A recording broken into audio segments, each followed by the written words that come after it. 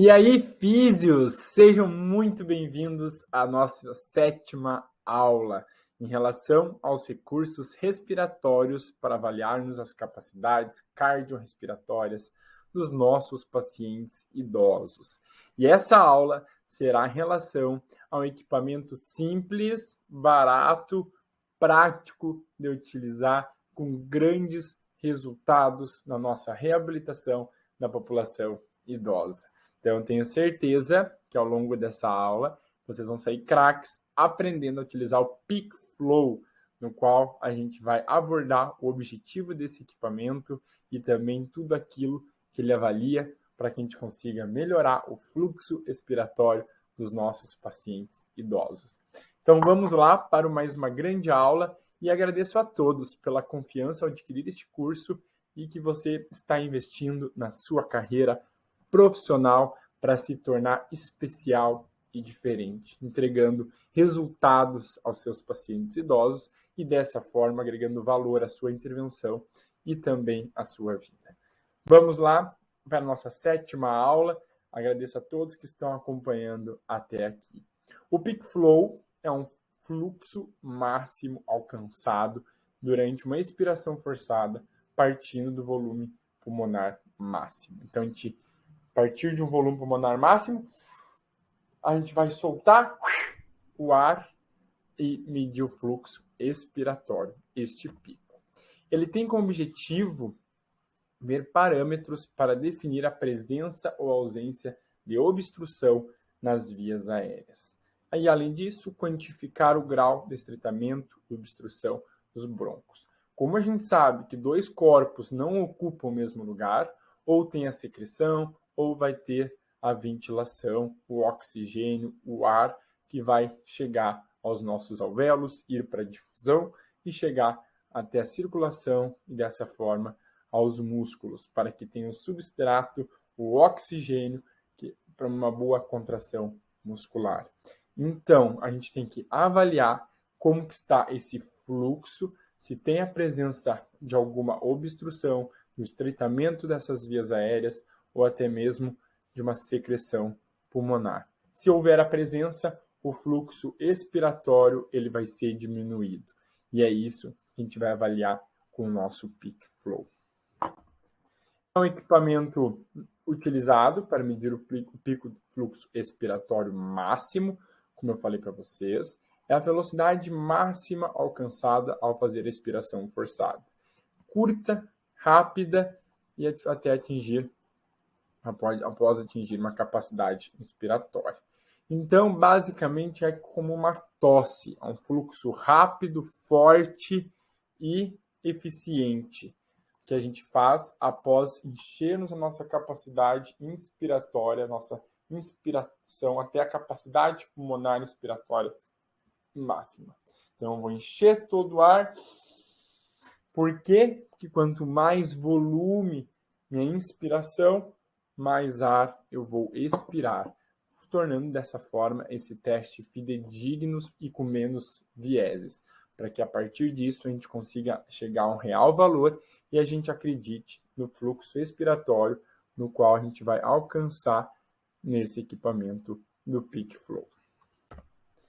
O PeakFlow, então, depende do volume pulmonar, que normalmente encontra-se reduzido nos idosos em decorrência do processo de senescência, lembrando que senescência é o processo de envelhecimento natural e senilidade é o processo de envelhecimento patológico, a partir de doenças instaladas, comorbidades e alguns agravantes e fatores de risco.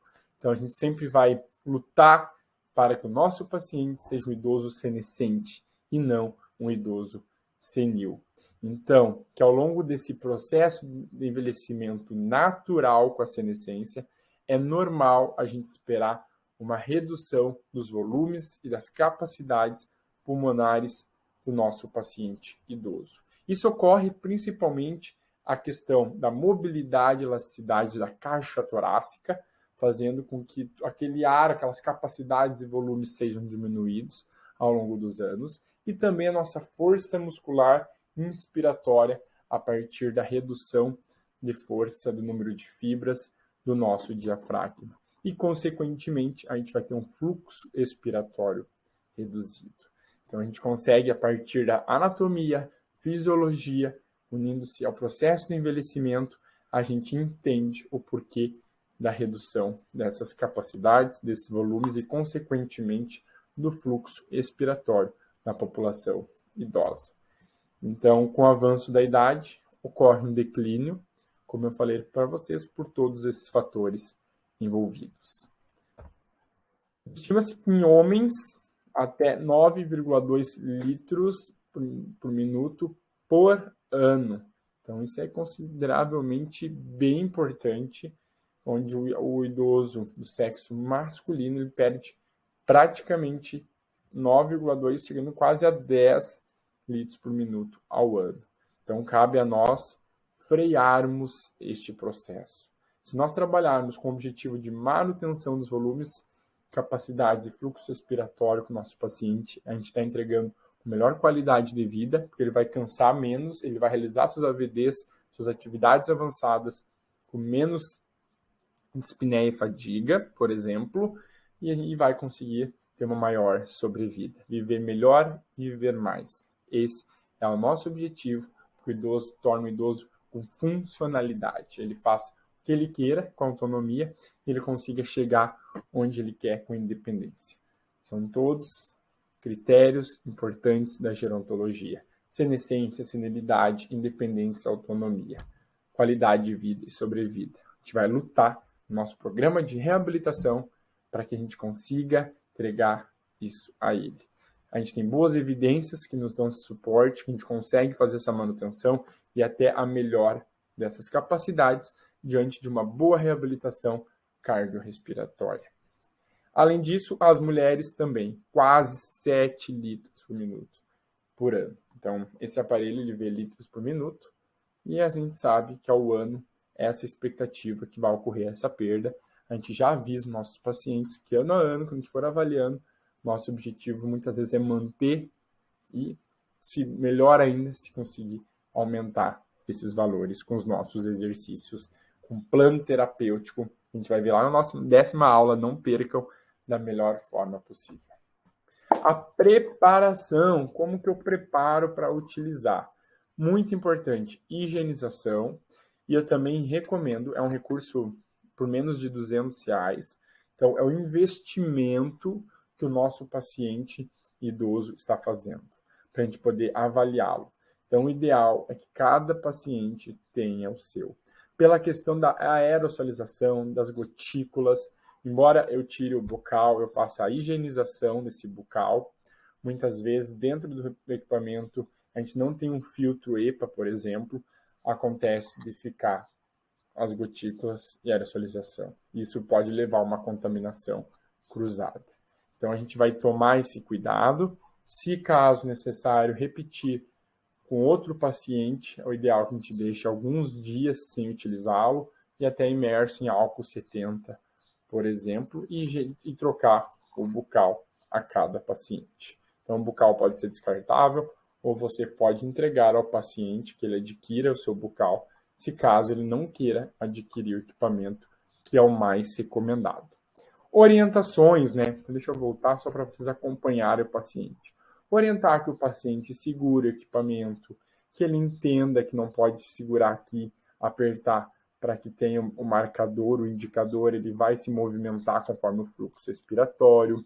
Então, o porquê que ele está fazendo esse equipamento, como eu falei para vocês, o objetivo de estar realizando, a importância de verificarmos o fluxo respiratório. Ele tem que entender o porquê que ele está fazendo, ele tem que aderir à avaliação e ao teste, tanto no PeakFlow como em qualquer outra que a gente já falou aqui durante as nossas aulas no nosso curso. Então, orientar, educar 3 a 5 repetições, a cada repetição buscar que o paciente dê o seu melhor, faça o seu melhor. Medicamentos, então mantém todos os medicamentos, a gente não muda a rotina do nosso paciente, como a gente falou nas demais avaliações. Descansos prévios, com certeza, né? Ele tem um E a mais, peço perdão na escrita, mas que o paciente esteja bem descansado, não vai fazer ao final da nossa intervenção, onde o paciente, por exemplo, já está fadigado. A gente sabe que um treino ideal para um paciente idoso é um treino moderado. Então, ele já vai estar ao final com toda essa musculatura fadigada e não vai conseguir entregar a sua melhor avaliação, seu melhor fluxo respiratório. Então, a gente sempre faz no início da nossa intervenção as avaliações. E ao final também, né, sempre bom a gente verificar antes, ver se o paciente está bem, todos os sinais vitais, Borg, dispneia, fadiga. Se o paciente não estiver confortável, como qualquer um dos testes, ele não estiver apto naquele momento, naquele dia, a gente tem que tomar cuidado e evitar esse esforço. Há um fluxo respiratório máximo que pode sim alterar os sinais vitais e a gente necessita de cuidado, sempre avaliar e conhecer o nosso paciente. São as principais dicas da preparação. É um teste muito rápido, simples, mas que nós, fisioterapeutas, temos que estar capacitados para entregá-lo e realizá-lo ao nosso paciente. Como realizar? Então, meu paciente ali já deu um spoiler, né? Já estava realizando ali. Muito simples. A gente pede uma inspiração máxima. Vamos lá, seu João. Enche bem o peito e faz como se fosse uma tosse para mim. Um fluxo rápido, forte e eficiente. Então, dessa forma. Então, aqui o meu paciente fez para nós. A gente sabe que, às vezes, as questões cognitivas, as questões de força podem estar alterando esses resultados. Então, a gente faz de 3 a 5 repetições e a gente vai anotar o valor mais alto. Eu vou fazer uma repetição aqui para que vocês entendam e consigam também reproduzir no dia a dia de vocês. A gente pede que o paciente, então, a gente apresenta o aparelho ao paciente, os valores. Aqui, esse buraco, pessoal, é para que a gente coloque, conforme o paciente, os seus preditos, que eu vou mostrar depois no equipamento, tá? Então, puxa o ar bem forte, bota a boca ao redor do bucal, posiciona bem os lábios, cuida com a língua, com o dente. E a gente vai verificar um indicador, onde que ele ficou. Super simples, rápido, prático, porém a gente tem que saber orientar para que o paciente alcance seus reais valores, sem subestimá-los. O equipamento, então, já tem ele em mãos aqui, né? A gente pode acompanhar. Ele tem essa faixa vermelha, amarela e verde. Então, isto, quando a gente adquirir, o paciente adquirir, a gente vai colocar essas faixas para ele, aqui no lugar dessa azul. A gente vai colocar e a gente vai dizer, ó, o seu ideal é o verde. Então, para a sua idade, para o seu sexo, para a sua altura, o ideal é que o senhor alcance valores que estão a partir do verde. O amarelo já é um alerta, um sinal de que a gente tem que melhorar o seu fluxo respiratório. E o vermelho está abaixo do predito. Então, a gente vai lutar para que o nosso paciente sempre consiga o verde de maneira individual, a partir do perfil do paciente. E, além disso, o bucal, né, removível, um equipamento super simples, barato, prático e portátil que a gente leva ao domicílio do nosso paciente. Aqui a minha ficha de avaliação, então, como eu gosto de entregar sempre tudo e o melhor para cada um de vocês, eu planejo a ficha de avaliação para que realmente vocês tenham os recursos para utilizarem no dia a dia. Eu sempre busquei um curso completo. Eu quero entregar aquilo que eu não encontrei, aquilo que eu passei muito trabalho ao longo de 10 anos estudando, me preparando, estou entregando para vocês, para que vocês consigam reproduzir da melhor forma. Então, claro, vocês vão, assim como nos demais testes e avaliações, caracterizar esse paciente, sexo, idade, altura, peso, IMC muitas vezes é necessário também. A gente pode trabalhar a primeira tentativa, segunda tentativa, terceira tentativa, de 3 a 5. Eu, normalmente, fiz na minha ficha, costumo utilizar 3. A partir disso, o paciente já começa a ficar cansado e logo, consequentemente, a gente escolhe o maior valor. Então, você vai escolher o maior valor das 3 a 5 tentativas que você tentou com o seu paciente. E o mais importante vai ser esse valor que você vai anotar. Como interpretar os resultados? Então, eu também fui para as evidências, fui para estudos e procurei para vocês os valores de referência, os valores ideais, conforme a idade na primeira coluna, ali na segunda, na terceira a gente tem o sexo, homem e mulher, e abaixo a altura. Então, conforme a altura, o sexo e a idade, a gente vai ver qual valor é o ideal, o estimado, o predito para o nosso paciente idoso. Então, a gente vai montar um caso clínico para que isso fique muito claro para vocês, para que você consiga também mensurar, avaliar e fazer um relatório para o seu paciente, que é isso que importa, é apresentar os resultados. O que eu faço? Eu tenho os números aqui na minha frente, eu fiz os 3 testes, e agora, Murilo, o que eu faço? Então, tá ali. Você vai dizer, você fez tantos por cento, a gente precisa melhorar mais tantos por cento. E é isso que eu vou te ajudar com um caso clínico real. Então, a dona Maria, sexo feminino, 70 anos, 1,60 de altura. É isso que a gente vai precisar utilizar para ver o predito. Os comentários durante o teste, o paciente se afogou, o paciente cansou, o paciente não conseguiu realizar, não entendeu a avaliação. Então, eu deixo sempre linhas para você colocar os comentários e a data essencial, porque você vai fazer reavaliações e eu não quero que você se perca no meio disso.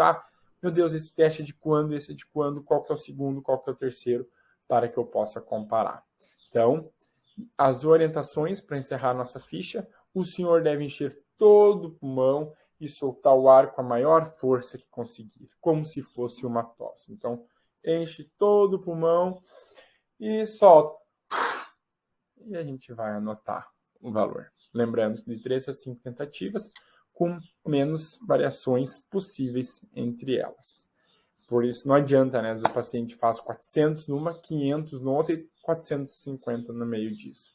Então, a gente tem que achar o real valor, o mais ideal que a gente acredita que ele consiga no meio disso. Então, sempre a gente fala uma variação menos que 10%. Os pontos de corte. Então, a gente já tem pontos de corte para determinar a fragilidade em idosos. Sim, tem estudos que mostram isso. Eu vou estar mostrando para vocês logo, logo. Menos que 350 litros por minuto para homem, menos de 220 litros por minuto para mulheres. A gente começa a dizer, o senhor foi menos que o ponto de corte, a gente pode considerar o senhor um idoso frágil, juntamente com outras escalas de fragilidade, de sarcopenia, e a gente consegue trabalhar para reverter a sua fragilidade com um programa de reabilitação. Olha quantos dados com uma avaliação simples, barata e muito útil no seu dia a dia. Então, no nosso caso clínico, na primeira tentativa, a dona Maria conseguiu 230, na segunda tentativa, 250. Ela foi aprendendo o teste ao longo da sua realização e no terceiro, 280. Então, o maior valor que essa paciente alcançou nas 3 tentativas foi o valor de 280 litros por minuto. A gente vai levar esse valor de consideração. Dessa forma, a gente vai procurar, o perfil dessa paciente, mulher, a idade de 70 anos, a última linha, com uma altura de aproximadamente o mais se aproxima da idade dela, da altura dela, 1,65. Ela tem que fazer 400 litros por minuto. Isto é o ideal, conforme o perfil dela. Ela fez 280. Quanto que ela fez? Vamos lá. 280 vezes 100 dividido por 400. Regra básica de 3. Então, multiplica e depois divide para achar o X da questão. Nossa paciente fez 70% de fluxo expiratório forçado. Então, a gente poderia ter como meta 30% para ganharmos na reabilitação. Seu fluxo expiratório melhore mais 30% para chegar ao perfil, ao ideal, ao recomendado para essa paciente, para a dona Maria, do nosso caso clínico. Espero que tenha ficado muito claro para vocês, isso é essencial, e a gente vai colocar lá a data, nosso relatório, quanto ela alcançou e o quanto a gente espera melhorar com ela. Então, e outro fator importante, a gente tinha 220 como ponto de corte para fragilidade. Dona Maria fez 280. Então, ela não é considerado, segundo este ponto de corte destes autores, uma idosa frágil. Claro que a gente tem que reavaliar outros sistemas com escala de fragilidade, que vai avaliar outros itens para complementar o nosso diagnóstico funcional com a Dona Maria. Uma avaliação só não condiz toda a saúde do nosso paciente. Por isso que eu trouxe 8 avaliações para que vocês consigam relacionar tudo isso, entender a funcionalidade e principalmente o sistema cardiorrespiratório da nossa população idosa. Eu sempre gosto de fechar a aula, como vocês já estão acostumados, com evidência científica. Eu trago a minha experiência, mas a prática baseada em evidência é essencial. É o que vai nos responder as nossas perguntas com estudos bem conduzidos e delineados.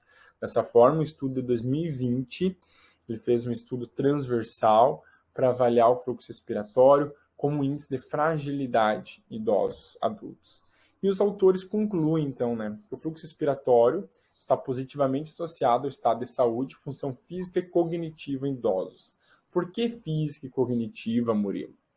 Porque o idoso, que naturalmente ele tem uma capacidade pulmonar melhor, um volume e um fluxo respiratório, ele provavelmente ele tem uma força muscular inspiratória maior e, consequentemente, ele vai ter menos risco de sarcopenia, porque se o diafragma está forte, a gente pode já relacionar, predizer demais musculaturas periféricas essenciais para essa população e também a questão cognitiva. A gente sabe que a função física e cognitiva estão associados por toda a questão da oxigenação cerebral e também da socialização que esse indivíduo vive.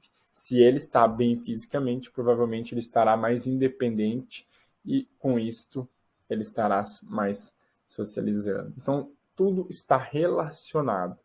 Uma avaliação simples, a gente já consegue predizer outros desfechos importantes. Os valores reduzidos do fluxo respiratório podem indicar um risco aumentado de incapacidade e morte. Claro, se a capacidade pulmonar, o fluxo respiratório estiver reduzido, esse paciente pode ter uma incapacidade pulmonar e, com isso, ao longo dos anos, ter uma menor sobrevida e maior risco de morte.